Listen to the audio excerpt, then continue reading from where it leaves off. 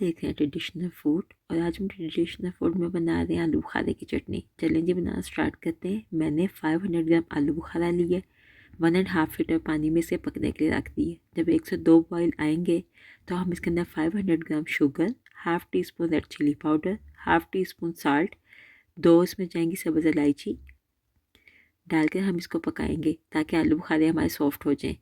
आलू बुखारे सॉफ्ट हो गए हैं, इसके अंदर 1 पिंच रेड फूड कलर जाएगा, इससे इसका खूबसूरत सा कलर आ जाएगा। अब मैं इसके अंदर 1 टेबल स्पून कॉर्नफ्लोर डालूंगी, इसे थोड़ा सा पानी डाल के मिक्स कर लूँगी। इससे चटनी की कंसिस्टेंसी थिक होगी और थोड़ी थोड़ी शाइन आ जाएगी। ये देखें चटनी हमारी तैयार हो गई है। अब हम इसके अंदर चारों मग्स और बादाम डालेंगे। अगर आपको ये रेसिपी पसंद आई है तो वीडियो को लाइक और चैनल को सब्सक्राइब करें। मिलेंगे नई रेसिपी के साथ। टिल देन हाफिज़।